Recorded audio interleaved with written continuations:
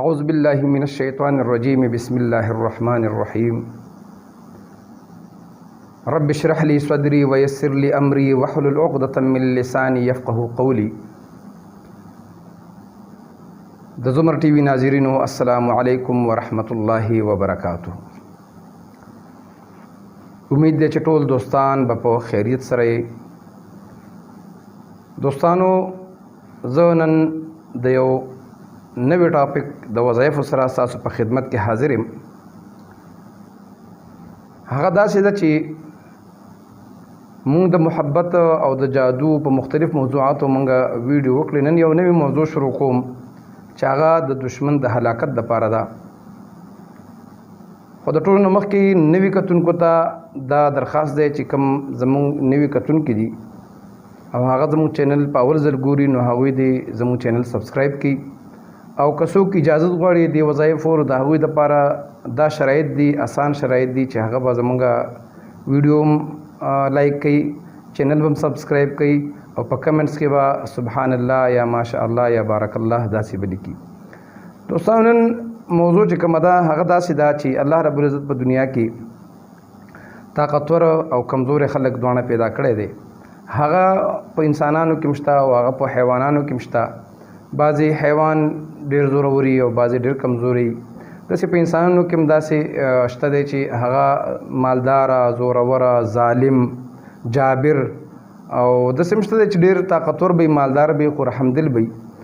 نو بیا داسې چل کېږي چې دغه ظالم چې کوم دی دوی په دې غریبانو باندې د حد نه زیات ظلمونه کوي او دا ظالمان اکثر که ستاسو ورته پام وي نو دوی په مال دولت باندې هم ډېر تکړه په کسانو هم په حکومت کې هم د هغوی داس چلیږي او د غریب سړي بالکل د الله نه علاوه بله لار نه وي. نو دا هغه ټایم کې ما هغه چې کوم دعا کوي الله یې اوري. خو دا لږه بهترین نظریه ده چې الله ته دا وظایف چې کوم دي الله ته ځان وسپاري او هغه الله نه په ښایسته الفاظو کې د هغې د دشمن د بربادۍ او د هغې د سرکوبۍ سوال وکړي. نو دا دشمن ظالمان بیا اکثر د چا جایداد قبضه کی، د چا مال قبضه کی، څوک قتل کی او هغوی هغه تسلسل رواني او نه غلي کېږي. نو دغه رنګې د دشمن د سرکوبۍ دپاره او د بربادۍ دپاره مختلف وظایف قرآن کې مشته دی او احادیثو هم ثابت دي. نو برای مهرباني زما وظایف به اجازت دغه دی، خو اجازت په هغه صورت کې دی چې یو واقعي یو سړی مظلوم وي نو هغه به دا وظایف کوي او بل ته هم ښودلی شي. که دا د حسد دپاره بل چا د بربادۍ دپاره کوي نو یاد ولرئ چې د کم د دشمن د هلاکت چې کم وظایف دي نو د دې کې اکثر دا جلالي وي او دې کې د رجعت خطرې وي. رجعت داسې یو شی دی چې هغه وظایف سړي باندې بیرته راځي نو د هغې ذموار به بیا په خپله د نقصان. سوره احزاب دا چې کوم دی غزوه احزاب کې چې کوم دی دا په کوم دا موقع باندې چې کوم جنګ نو کفارو مشرکینو مدینه منوره باندې مکمل د هغې محاصره وکړه. نو حضور کریم صلی الله علیه وسلم په دغه موقع باندې د دشمن د تباهۍ دپاره او د هغې د نامرادۍ دپاره د بربادۍ دپاره دا وظیفه به کوله. دا به په کثرت سره وي چې اللهم انا نجعلک فی نحورهم ونعوذ بک من شرورهم. اللهم انا نجعلك في نحورهم ونعوذ بك من شرورهم. او دغه رنګې که مونږ ستاسو کې هم څوک په چا باندې ظلم کوي او د هغه سړي ظلم د حد نه سیوا شي او نه غلی کېږي نو دغه هر انسان هر مسلمان چې د ماخصن مونځ نه پس 314 ځل اللهم انا نجعلك في نحورهم ونعوذ بك من شرورهم دا وایي نو انشاءالله العزیز دا دشمن به په خپل ځان باندې به اخته شي او دته به د نقصان قابل پاتې نشي. دغه رنګې قرآن نه یو بله دعا ثابت ده که چېرته دشمن یا یو زورور سړی هغه تا ته نقصان رسوي او هغه چې کوم دی هغه د شر د بچ کېدو دپاره دا دعا چې کوم دی حسبنا الله ونعم الوکیل 4.5 ځل هر ماخوستن دا وایي نو انشاءالله العزیز دشمن به دته ذره برابر نقصان هم ونه رسوي.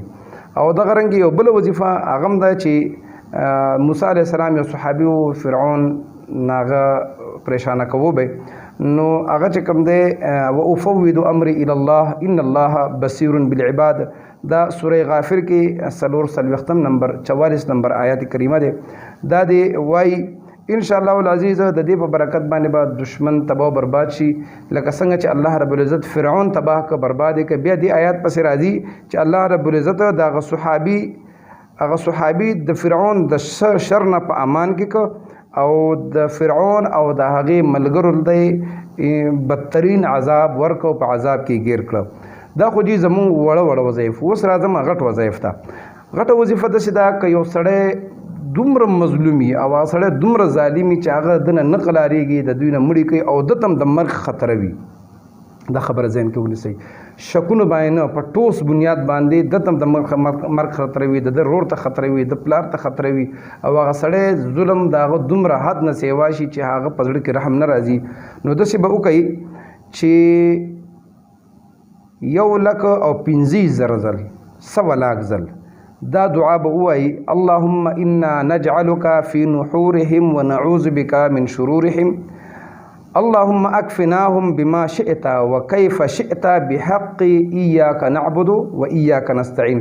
دا کوم زما الفاظ چې دي که چاته په ذهن کې په اول ځل نه پرېوځي نو واپس دې دا ویډیو وګوري، بیا دې وګوري یعنې چاته څوک عالم دین ته مفتي ته دې هغه وښیي نو هغه الفاظ به ورته ولیکي. د دې طریقه دا ده چې دا به په 10 مجلسونو کې 1,25,000 1,15,000 ځل به دا دعا وایي او کم اول مجلس کې چې کم کسان کې نول تر اخر مجلس پورې سو پورې دا 1,15,000 ځل نه پوره شوي هغه اخري مجلس پورې بمدغه کسانی. خو ګوره انسان دی که چېرته څه کسان په دې کې کمیدل یا بعضې وخت کې څوک بیماري هم راتلی شي څه مسله هم راتلی شي نو هغه بقایه کسان چې کم پاتې کېږي هغه باندې به دا پوره کوي خو نوی کس به پکې نه راولي او دغه کسان چې کم وظایف کوي دا به مکمل عقیده او اعتقاد سره کوي او دا به ورته وایي چې دا فلان کې زموږ دشمن چې کم دی دا موږ ته نقصان را رسوي د ده نوم او د ده د هلاکت او د ده د بربادۍ خبره ذهن کې ونیسئ چې الله رب العزت دغه سوال د الله نه پی کوي. نو ان شاء الله العزیز دا وظایف د ختمېدو نه مخکې دا 1,25,000 به ان شاء الله پوره شوي به هم نه چې دشمن به په ځان باندې اخته شوي.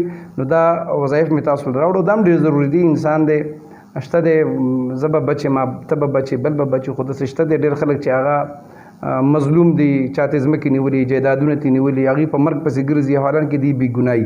نو هغوی دپاره دا وظایف کولی شي ځکه د الله رسول هم د ظالمانو او د کفارو خلاف خپلې دعاګانې کړي دي. قرآن کې حسبنا الله ونعم الوکیل وفوض امري الى الله ان الله بصیر بالعباد دې کې څه خبرې نشته ځکه چې دا الله رب العزت نه د مدد یو ذریعه ده.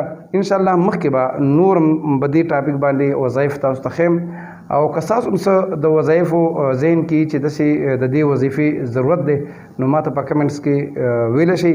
تاسو ته یو ځل بیا درخواست دی چې زموږ دا چینل سبسکرایب کړئ او زموږ سره اوسئ. ان شاء الله العزیز نوې او ښایسته وظایفو ویډیوګانې به تاسو ته زموږ په چینل باندې ملاویږي. د بلې ویډیو پورې مالی اجازت راکوئ. د لوی الله په امان.